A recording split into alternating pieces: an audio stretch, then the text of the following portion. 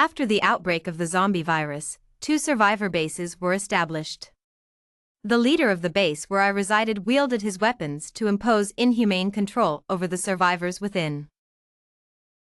Many people had to sacrifice themselves to those detestable individuals just for a bite to eat. After finishing the last small piece of biscuit, my biological parents handed me over to the leader. Our daughter is still untouched, you see. My so-called biological father looked at the bun thrown on the ground by the leader, his face showing difficulty. One more, no more than that. The man threw out another bun. The base leader, John Smith, stared at my body with a lecherous look, his eyes wandering up and down. This time, I couldn't escape. In this post-apocalyptic world, especially under the rule of these people, there were only 2 ways to survive.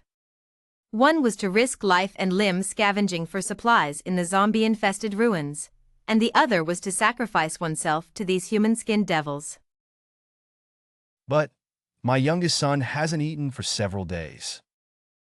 My father continued to plead, hoping to exchange me for more food to feed his youngest son. Want food? Go find it yourself. There's plenty of supplies out there. Yeah, our boss went through a lot of trouble dealing with zombies to provide you people with a hiding place. Be grateful. I weakly collapsed to the side, watching my cold-blooded parents negotiate with them. But 2 buns for our daughter is too. You know, in these chaotic times, women are everywhere. But these fragrant buns are limited. Think it's too little? Then don't take it. No, we'll take it. Thank you, sir.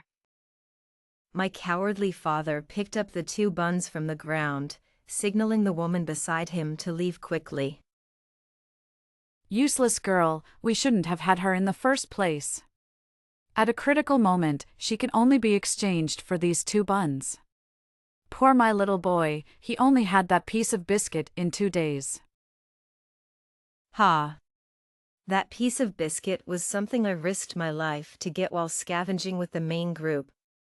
Yet, I didn't get a single bite, it all went into her son's stomach. At this moment, it started to rain heavily, adding to the sorrowful atmosphere.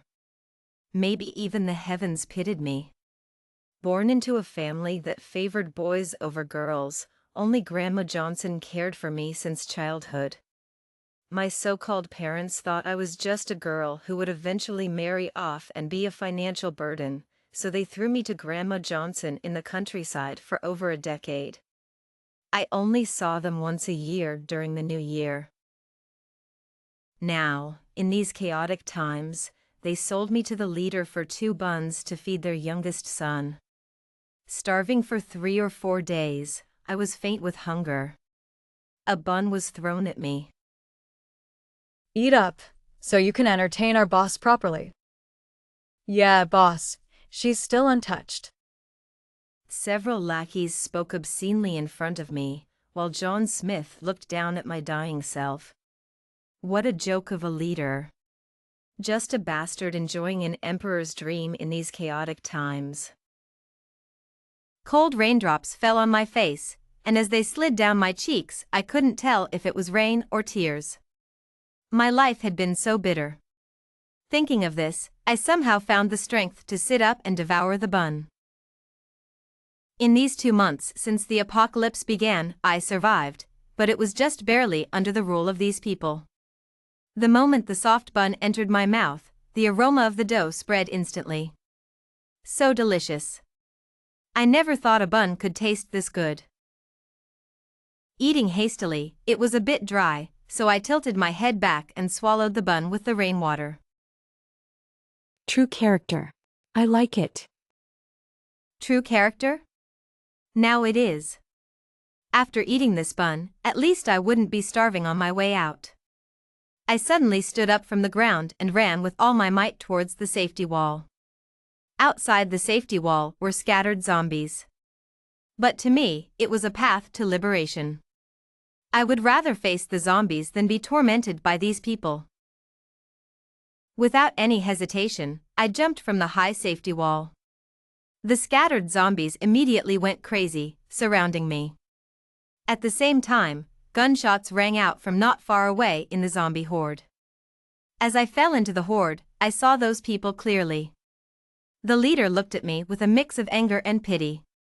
I knew him, Michael Johnson, the leader of another survivor base. Then came the tearing pain all over my body. Help! Somebody, please! After a heart-wrenching scream, I jolted up from my dorm bed, drenched in sweat. Emily Davis, what on earth are you doing in broad daylight? Ignoring them, I got out of bed, grabbed my wallet, put on my jacket, and left the dorm. That was no mere dream. Those harrowing 2 months were anything but a nightmare. I'd been given a second chance. 3 months before the outbreak. In this new life, I refuse to be controlled by anyone, and I never want to see the hellish survivor base again. Withdrawing all the money from my account, a total of 3,381 yuan, I headed to the much-talked-about hot pot restaurant, Hai Di Lao, and treated myself to a hearty meal. So this is the place everyone insists on visiting for their birthdays. The taste did not disappoint. In my previous life, Grandma Johnson passed away right after my college entrance exams. To finish my degree, I took out student loans and worked diligently during summer and winter breaks to cover my living expenses, not daring to waste a single penny. But in this life, with the apocalypse looming, there's no need to worry about repaying loans. First, a good meal. Afterwards, I booked a flight north to H City. Michael Johnson is in H City. Surviving the apocalypse on my own, as a powerless and penniless student, is impossible. But Michael Johnson is a wealthy man who managed to quickly establish a survivor's haven amidst the scarcity of resources. Seeking refuge with him is the most reliable choice. And with that decision made, I stepped into the airport, ready to rewrite my destiny. The plane landed in the middle of the night. I quickly took a taxi to the Wilderness Survival Club where Michael Johnson was located. Despite the late hour, the place was brightly lit, as if discussing something important. Hello, I'm looking for Michael Johnson. I walked into the club and spoke to a young man who was packing equipment. Seeing our boss requires a waitlist that stretches to France. Miss, you might want to take a number first. Ignoring him, I walked straight through the hall filled with various tents towards the back. Hey, miss. Our boss is in the middle of something important. Miss. The young man quickly followed, trying to stop me. But I was full of energy, having just had a hearty meal. In no time, I slipped into the back room. By the time the young man caught up, I was already standing in front of Michael Johnson. At the first sight of me, a flash of surprise crossed Michael's eyes, but he quickly regained his composure. Sorry, boss, I couldn't stop her. It's not his fault. I have a deal to propose to Mr. Johnson, a guaranteed win-win. Are you interested? Why should I trust a young girl like you? The person opposite me spoke in a calm tone, showing no emotion, his eyes scanning me up and down. I felt a bit embarrassed. My parents, who favored boys over girls, had neglected me since they had a son when I was 15. They hadn't given me a penny during my 3 years in college. My financial struggles meant I wore cheap clothes that looked old and worn from too many washes. The 4 or 5 people present were all members of Michael's club, either wealthy or from influential families, making me feel even more awkward. Swallowing hard, I began to speak. I know something that will change the fate of humanity in 3 months. Ha. Ha ha ha. Little girl, if you're unwell, the mental hospital is to the left. This is a wilderness survival club. Only Michael remained expressionless, his deep eyes fixed on me without a word. Everyone, leave. After a while, he finally spoke. The others left reluctantly. Congratulations, little girl. Your excuse is the most outrageous, but also the only successful one. Good luck. The boy who laughed the loudest winked at me. Once everyone had left, Michael looked at me again. Go on. A biological experiment in a lab in Country M will fail, releasing a virus that will soon spread globally. Some people will turn into zombies, and those who survive will face a living nightmare. In 3 months, on August 15th, during the Mid-Autumn Festival, the zombie crisis will break out in our territory. MM. Michael nodded, seemingly affirming my words. He believed me? He actually believed me. What? Just like that? You really believe me? I was filled with disbelief. Could Michael know something? Otherwise, how did he manage to quickly establish such a well-prepared survivor base in the previous life? Yes. Michael responded calmly, without any further explanation. All right, since I had achieved my initial goal, I didn't ask more questions. After all, every story has a protagonist with a special aura, and Michael was clearly that person. Since you believe me, then, shall we cooperate? I raised an eyebrow and pulled a chair to sit down. Tell me your thoughts.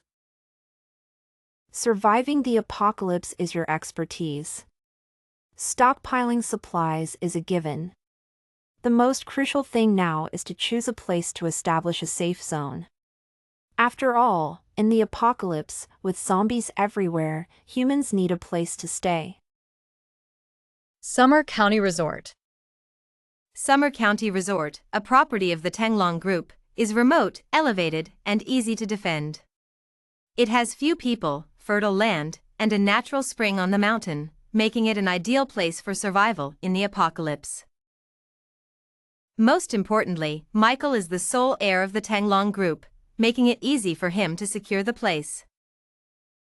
In the previous life, for some reason, Michael didn't establish the survivor base there but in a distant area from H City, leading to regret that Summer County, a paradise, became overrun by zombies.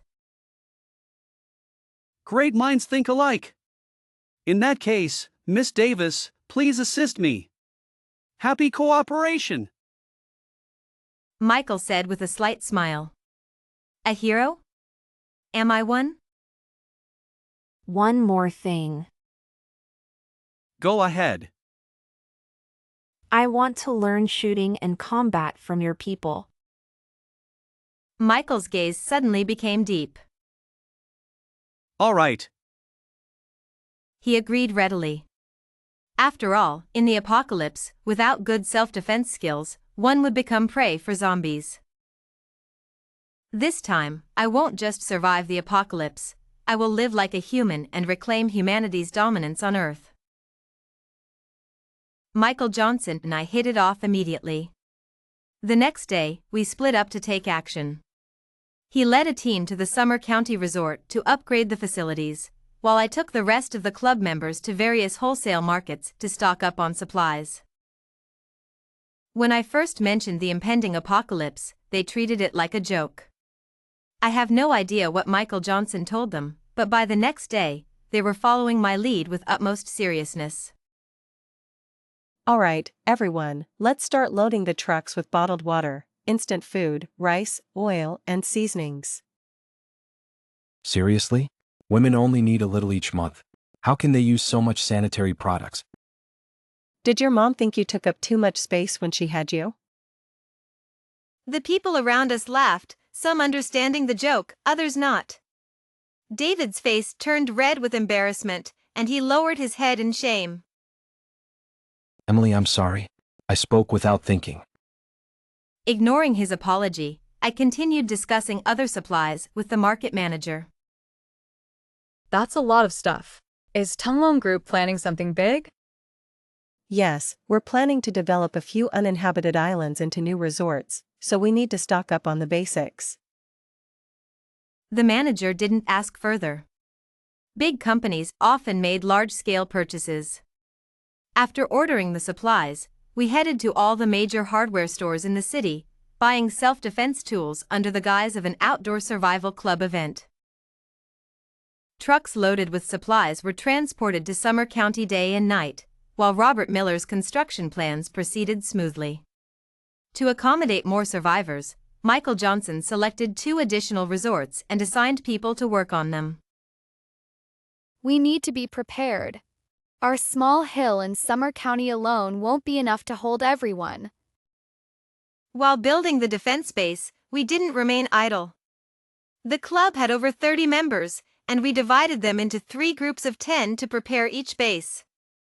Our group of 10 monitored the construction progress and secretly intensified our physical training. Michael Johnson was the best at combat, so he trained me, while Alice Brown, a girl in our team, was the most accurate shooter. You worthless girl. The school called saying you're dropping out. If you're not going to school, where the heck are you?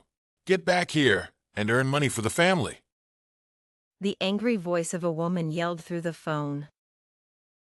We didn't raise you for nothing. Your dad and I are getting old, but your brother is still young. As his sister, you should help out. Hey, answer me, you worthless girl. The man's voice joined in. You're a disgrace. Just disappear out there. Thank goodness we have your brother. We can't rely on you at all. Fine, then rely on him. I'll stay out of your way. I hung up and blocked their numbers. Taking a deep breath, I looked up at the night sky over the resort. The stars were twinkling, and the moon was full and bright, with only a month left until the apocalypse. Emily, we can't choose our birth, but we can control our future. Forget the people and places you don't like. I had expected him to criticize me for lying about being an orphan and not caring about my family. But instead, he... Hey, don't push. Alice stumbled out of the darkness, followed by David Thompson. They both looked at us sheepishly. The night is really beautiful. Emily, I'm sorry. We didn't mean to eavesdrop. Emily, don't be sad. From now on, this is your home, and we are your family. Yes, although I spoke out of turn that day, I genuinely consider you a friend. Tonight's conversation stays between us. From now on, I'll reluctantly accept you as my sister. The wind was strong tonight, making my eyes water. Since Grandma Johnson's passing, this was the second time I felt like someone truly cared about me. Hey, don't cry. I admit I'm a bit thoughtless, but I can't stand seeing women cry. It's okay, cry if you need to. Alice, don't worry. David may be thoughtless, but he's reliable. Michael Johnson wrapped his strong arms around my shoulders and gently patted me, just like Grandma Johnson used to do when I was a child. Oh. TSK, TSK, TSK. Alice and David made playful noises before running off under Michael Johnson's stern gaze. Though the night wind was chilly, it felt warm and comforting against my skin. August arrived, and the project in Summer County was finally completed. Each villa has been reinforced with bank-grade bulletproof glass and additional layers. Even a cannon couldn't break it. We've also installed water filtration systems and set up vegetable gardens. The interiors of the villas were transformed into living quarters. A 10-meter-high double-layered thick wall was built around the entire resort. We've constructed small makeshift houses and public restrooms outside the villas to accommodate as many survivors as possible. On August 15th, club members brought their families to the resort under the pretext of celebrating the Mid-Autumn Festival. Michael Johnson's parents also arrived. Everything seemed normal except for the stifling heat. By noon, several news reports of unrest appeared online, but they were quickly suppressed. We knew then that the apocalypse had arrived. Everyone, gather in one of the villas. We need to explain the situation. Is this why you suddenly got involved in the resort's construction these past few months? That's right, Dad. This matter is of great importance. If leaked prematurely, it would have caused panic and danger. We've been working secretly for the past 3 months, all for this day. Well done. I'm proud of you, son. You young people are truly remarkable. Michael Johnson stood up, positioning himself between his father and me, explaining the resort's purpose as a survivor base. We've also secretly renovated 2 other resorts in neighboring cities and transported supplies to each. Son, what are your plans next? Let's be heroes in this new world. In the coming days, the infected will sweep through major cities. We need to spread the word about the survivor base to attract more survivors here. More importantly, we need weapons. Mr. Brown, we need your help. Weapons, I know where to find them, but given the current situation, we need to wait for orders from higher-ups. After failing to contact the military, Mr. Brown hung up the phone. They've fallen. We had no choice but to save ourselves. We decided to seize weapons while the infected were still relatively few in number. We left the Summer County base in a modified large container truck and an off-road vehicle. The infection had mutated, spreading rapidly. By now, 6 hours had passed since the initial outbreak, and the number of infected had doubled.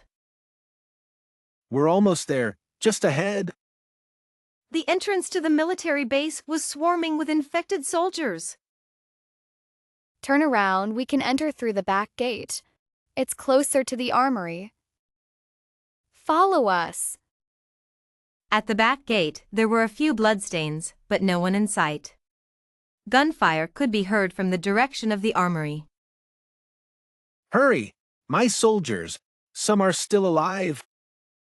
When we arrived, dozens of infected were attacking the survivors inside the armory. The large iron gate was about to give way under the pressure of hundreds of infected. Move quickly. We don't have much time. Everyone load all usable weapons into the truck. Hurry! That's an order. The soldiers sprang into action. Finally, the iron gate gave way, and a few infected squeezed through but were quickly taken down. Go! The gate's about to fall! At that moment, a few soldiers stood there, saluting us heavily. Report! We can't leave. You go on. We'll handle them. Everyone in the vehicle knew what that meant. The remaining soldiers had wounds and knew they would eventually turn. Good job. I'm proud of you. Take care. Mr. Brown commanded the remaining safe soldiers to board the vehicles. Tears rolled down his face as the iron gate finally gave way, and the infected poured in. Listening to the gunfire behind us, everyone in the vehicle was silent. The surviving soldiers wept quietly. Even in the apocalypse, they hadn't forgotten their duty. Upon returning to the base, Mr. Brown personally inspected the surviving soldiers, ensuring their safety before directing them to unload the weapons from the vehicles. Everyone make sure you're all accounted for, and then get those weapons unloaded. After a round of checks, only 38 soldiers had made it back alive. Nevertheless, their additions slightly bolstered our base's defensive strength. In the following days, we gradually began constructing the base. Some people, having received the messages we spread before the internet went down, started arriving at the base. Look, more survivors are coming in. Our numbers are growing. Yes, Emily. Let's keep spreading the word and bring as many as we can to safety. A few days after the zombie virus outbreak, the internet was cut off, so we used wireless broadcasts to announce the existence of the survivor base in Summer County. 3 months into the virus outbreak, the base was operating steadily. Various greenhouses were put to use, and the survivors who joined contributed their skills to help build the base. All right, children, let's start today's lesson. And remember, physical training is just as important as your studies now. We've set up a small hospital, so if anyone needs medical attention, come see us. The military personnel also rallied the young and able-bodied in the base for occasional training sessions. Stay focused. This training could save your life out there. One of the most memorable cases was an 18-year-old boy who survived for a month in his rented apartment with just 2 packs of instant noodles and 3 packs of spicy snacks, drinking his stored bath water. He's barely alive. We need to get him to the medical tent immediately. Our methods of dealing with zombies became increasingly proficient, using knives and clubs. Severing their heads or spines rendered them harmless. John Smith, taking advantage of the chaotic times, used his illicitly obtained weapons to establish his own survivor base. Despite avoiding zombies, the survivors there lived under oppressive rule. What a despicable leader! We need to rescue them. That base has at least 1,000 people. Why bother with them? Let's just protect our own 3 bases. Exactly. We don't even know their strength. Attacking recklessly could cost us dearly, and the distance between the bases is filled with unknown dangers. But we can't just abandon those thousands of people. Eventually, if not killed by zombies, they'll fall victim to John Smith's tyranny. One of our survivors escaped from there. He said some people would rather jump into a horde of zombies than endure their oppression. Michael Johnson looked at me, his eyes filled with emotion. We will rescue them, but not now. As the base's founder, Michael Johnson gradually stepped back, leaving me to handle the base's affairs, citing my knowledge of the apocalypse from my rebirth. I agree with Michael. Every person we save is a beacon of hope, especially when it's thousands of people. Yes. And John Smith's group is like bandits. Once, when our people encountered them, they opened fire. Even if we don't provoke them, they'll eventually come for us. David Thompson's words left everyone silent. We all knew he was right. Everyone understands the situation. We need to rescue those people, but we can't sacrifice ourselves needlessly. Once we decide, we'll start training immediately. We must be prepared to win, and win decisively. Are we in or not? Mr. Brown, with his extensive experience, had become the core organizer of meetings for the 3 main bases. We referred to him as the Elder. We're in. Preparations for battle began. 6 months into the apocalypse, we had been continuously clearing out the surrounding hordes, and the base was temporarily safe. Training for the assault on the southern base was also proceeding smoothly. Tonight, Michael Johnson and I, as usual, led a squad out to clear the wandering zombies. David Thompson and his team stayed behind to guard the base. Ready, everyone? I picked up my axe and skillfully decapitated a zombie. No blood splattered, the zombie's body was even somewhat shriveled. These zombies are getting weaker. The survivors nearby have been rescued by the base. At that moment, the sound of a helicopter echoed from above. Whoosh! A robust zombie dropped from the sky, biting one of our squad members on the head. The surrounding people were visibly startled. What the? Once we regained our composure, I quickly drew the silenced gun from my waist and shot the zombie in the head. But it was too late, hot blood was gushing from the neck of the bitten squad member. Boss, what's going on? How did such a zombie suddenly appear? I immediately realized the situation. Helicopter. It has something to do with that helicopter. The helicopter was heading towards our base. Someone was targeting us. This is bad. Get back to the base, quickly. Michael Johnson took a deep breath and ended the suffering of the squad member lying on the ground. We can't just leave him. We have no choice. The base is in danger. Though everyone was heartbroken, the safety of the base was paramount, and we raced back to the base without delay. It wasn't that we were cold-hearted. In the apocalypse, there were too many harsh realities. That member was beyond saving. Rather than letting him suffer and eventually turn into a zombie that could harm others, it was better to give him a swift end. This was an unspoken rule among the rescue squad members. No matter who got bitten, action had to be taken. It wasn't about being cold-hearted, it was the survival rule in the apocalypse. Outside the base, the wailing from within reached our ears. The helicopter's heading straight for the base. The team of a dozen immediately went into combat mode. As we opened the door, we saw David Thompson on the ground, holding Alice Brown in his arms, his head bowed and one hand pressed tightly against Alice's neck. Alice, stay with me. Blood was gushing from her neck, a glaring red.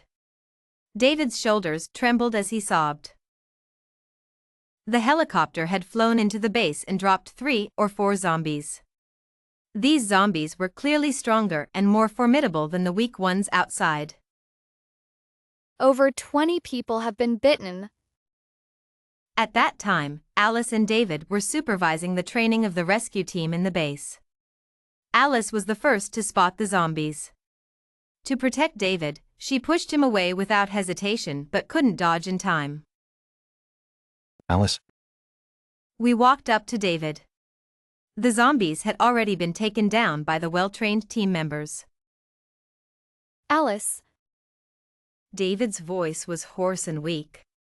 My body felt heavy, even breathing was painful. Alice, my closest friend here, was struggling to breathe, gasping for air with her neck bitten. Her hand fumbled to pick up a gun beside her and placed it in David's hand.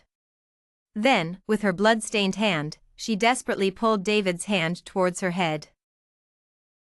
Alice, no. We all knew what she meant by this. Mr. Brown arrived immediately after being notified. Seeing his daughter in this state, the usually stern man broke down, crying uncontrollably on his knees. Alice. Alice's mouth moved as if she was saying something. She looked at David with a determined gaze. Do it. Finally, after the gunshot, Alice was gone. The base was shrouded in sorrow after this ordeal. Despite our timely actions, we still lost 23 comrades. It's them. After burying our comrades outside the base, David stood up and spoke with his back to us. Them? I remembered in the previous life, John Smith's base did have a few helicopters, but they never used them. They're targeting us, and I feel like these zombies aren't like the ones outside. They seem like they've been carefully fed. This battle came sooner than expected. The conference room fell silent as I shouted, ignoring the stares from everyone around. You can't go. Michael Johnson stood firm, his resolve unwavering. I must go. But we've prepared thoroughly. There's no need for you to take extra risks. I had been there before, and I knew all too well that entering John Smith's base was a perilous endeavor. Those people were inhumane, resorting to monstrous acts. Everyone else leave. Emily Davis, I need to speak with you personally. After everyone else had left, Michael pulled me aside, his expression solemn. Emily, you're not the only one who has been given a second chance. His words stunned me. What did he mean by that? Could it be that Michael? In the previous life, I watched you meet a tragic end right before my eyes. That's when I knew my decision to attack the southern base was the right one. My heart raced wildly. Michael was also reborn. You. We are both reborn, Emily. I have to go on this mission. In the previous life, Michael's attempt to open the southern base was met with a nightmare. Powerful zombies had turned the base into a death trap. Michael and his team were caught in a pincer attack with no escape. Emily, we must take the initiative and find the hiding place of these zombies. Otherwise, they will remain a threat to us and the survivors in the city. My memories began to piece together. People in the base often disappeared mysteriously, and John Smith frequently traded food for young women who also went missing. It turned out these beasts were feeding the zombies. Monsters. Emily, this is no joke. Don't be stubborn. You've managed the base well these past days, and the base can't do without you. Michael grabbed my shoulders, speaking each word deliberately. So that's why you entrusted the base to me? You had already made up your mind. That's right, Emily. I've secretly formed a sacrificial squad. We'll get it done, trust me. Michael Johnson and the rest of the Daredevil squad disguised themselves as survivors in a post-apocalyptic world, ready to embark on their perilous mission. Everyone ready? We need to blend in perfectly to infiltrate the enemy base. We've got this. Let's move out. They successfully infiltrated the enemy base, their disguises holding up under scrutiny.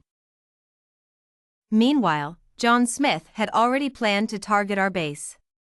David Thompson and I, along with a well-trained rescue team, hid secretly not far from John Smith's base.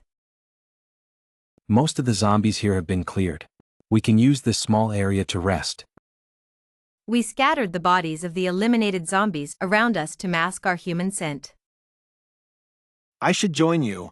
I need to avenge Alice Brown. After much persuasion, Mr. Brown stayed back at the base. Mr. Brown, the base needs you. We can't afford to leave it unguarded. With a large part of our main force gone, the base couldn't be left unguarded. Robert Wilson and his group might attack at any moment. We won't let another tragedy occur. Mr. Brown and the remaining able-bodied men stood guard, determined not to let another tragedy occur. 2 whole days had passed, and there was still no signal from Michael Johnson and his team. We can't wait any longer, Emily. Let's make a move. I stared silently at the enemy base in the distance. Michael had assured me he would succeed. Yeah, Emily, it's been 2 days without any news. Do you think Michael might have? No. It's not time yet. Stay calm. Michael and I had agreed that if we didn't hear from him in 3 days, we would reassess the situation. There's still one more day. What's the rush? Trust Michael. Without him, the base wouldn't even exist.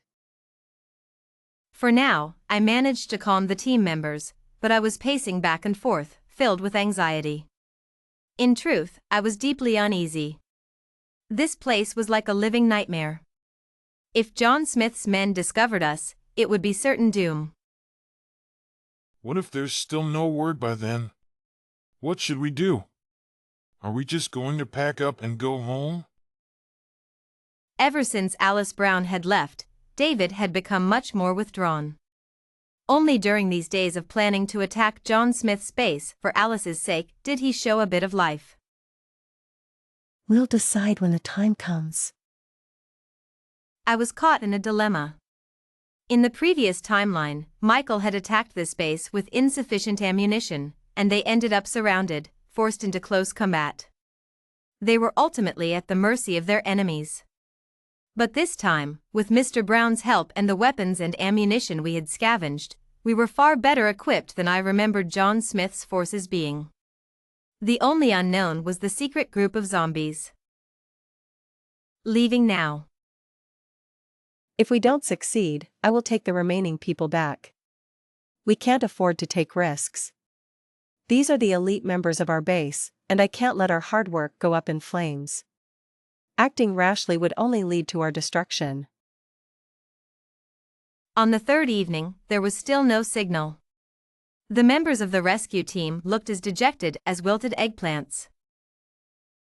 Emily, it's overdue. Give the order.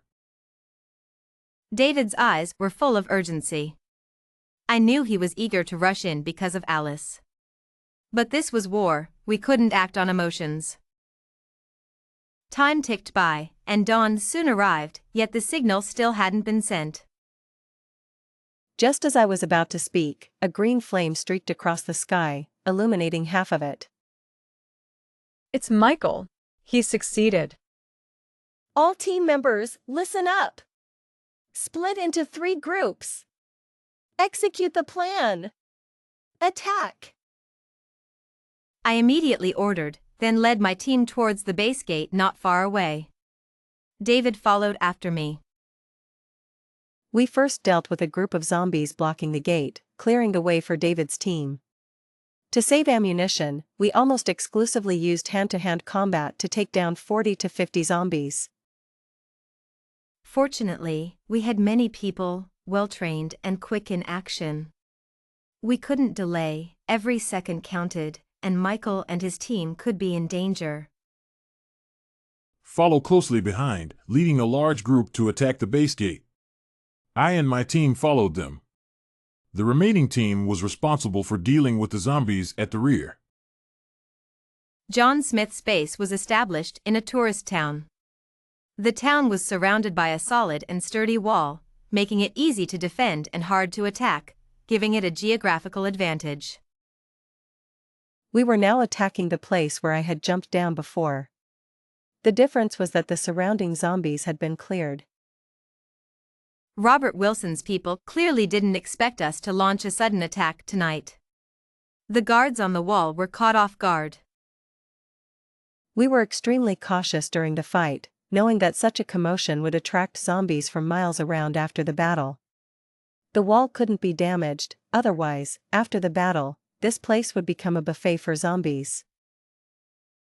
A few shells later, the guards on the wall were all down.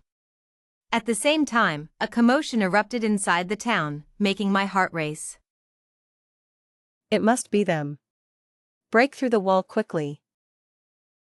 The people in front immediately intensified their attack.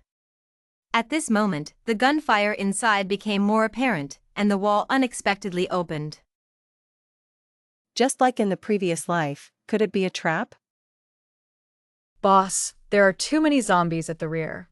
The gunfire has attracted a large number of them, and our people are struggling to hold them off. Should we enter the wall or not? Take a gamble. There was no turning back.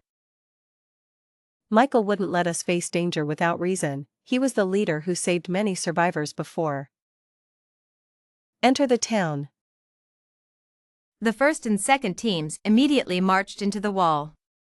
The third team, after clearing a large group of zombies, also hurried towards the town.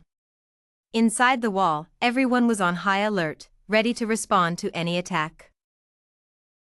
But not only were there no zombies inside, the gunfire had also ceased. After the fierce battle, the sun was already high in the sky. The town, having just experienced a fight, was filled with smoke. Through the smoke, a familiar figure walked towards us. My heart pounded even harder, a strong premonition washing over me. Emily, we won! It was Michael. He was safe and had already resolved the crisis inside the town. Unable to contain my excitement, I jumped onto Michael and gave him a big bear hug. Michael Johnson had secretly planned everything in advance. The tragedy of the previous life must not happen again. After my rebirth, Michael Johnson was also reborn. The day I went to find him was the very day he was preparing to face the apocalypse. However, he didn't expect that the apocalyptic news he was about to reveal was preempted by an unexpected guest, me.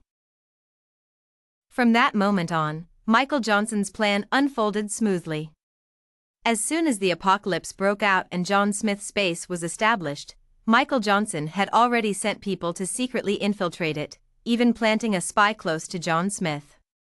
After this person helped Michael Johnson enter the city, they revealed everything they knew.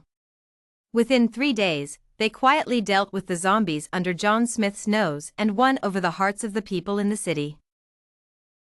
The reason everything went so smoothly was because that person had already become the second-in-command at Robert Wilson's base. A middle-aged man with a thin scar on his nose walked towards me and Michael Johnson.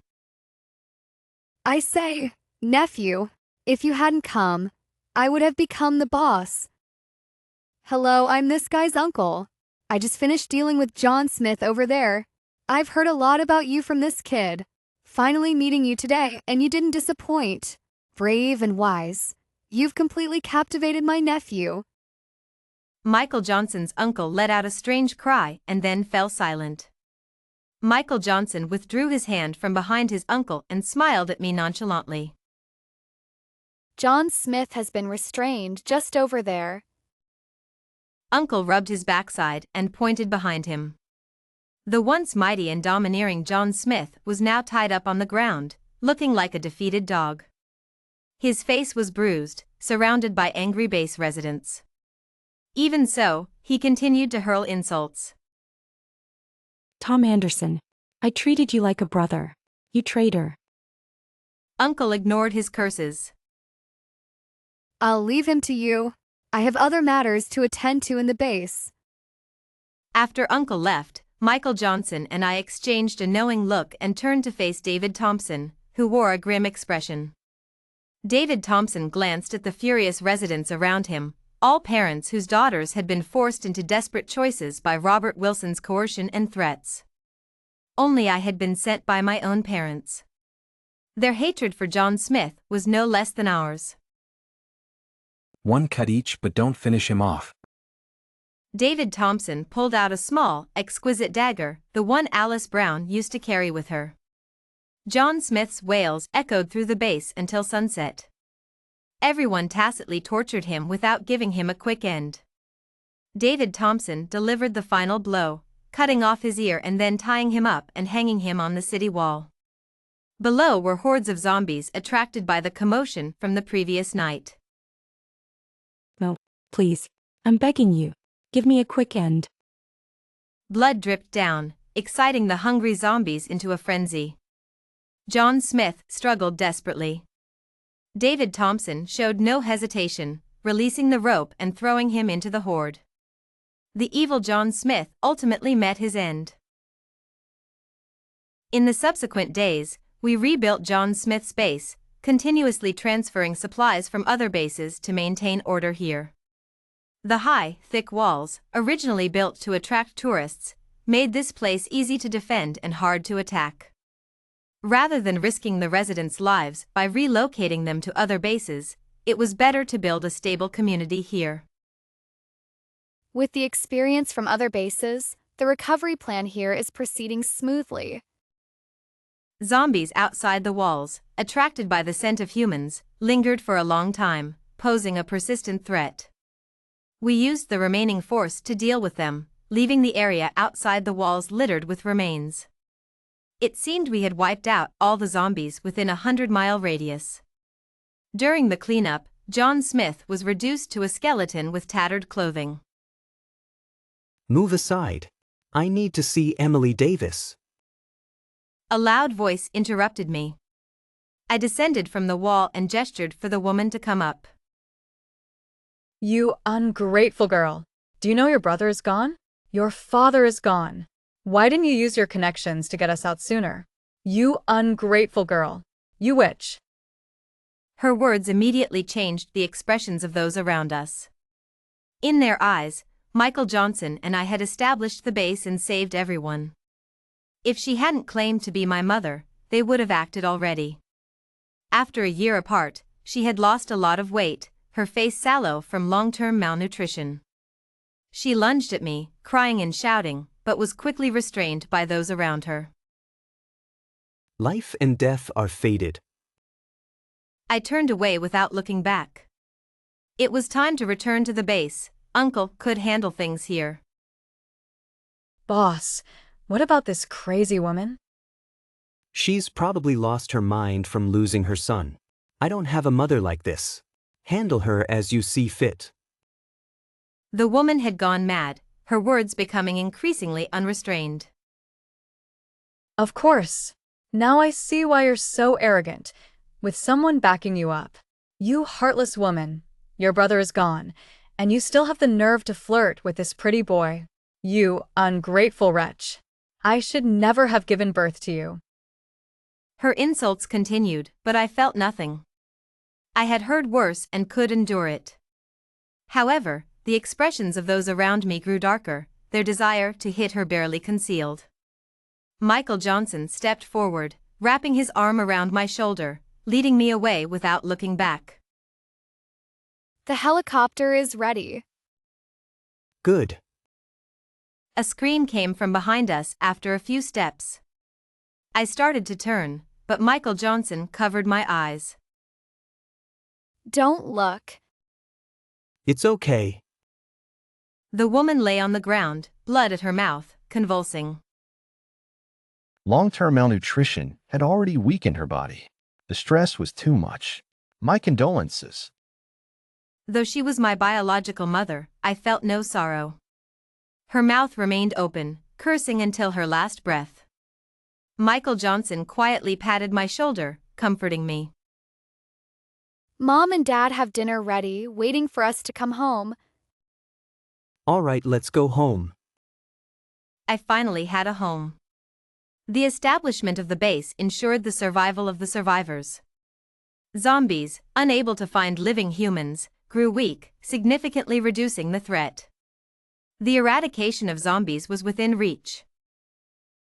Michael Johnson and I held an unforgettable wedding in the apocalypse, with everyone in the base offering their blessings. The other 3 major bases sent their special products as congratulations. David Thompson had changed completely after Alice Brown left, spending his days leading the vanguard to eliminate zombies with incredible combat prowess. But we weren't worried about him. Survivors were safe in the base, and zombies, deprived of food, grew weaker. Now, killing them was as easy as chopping cabbage.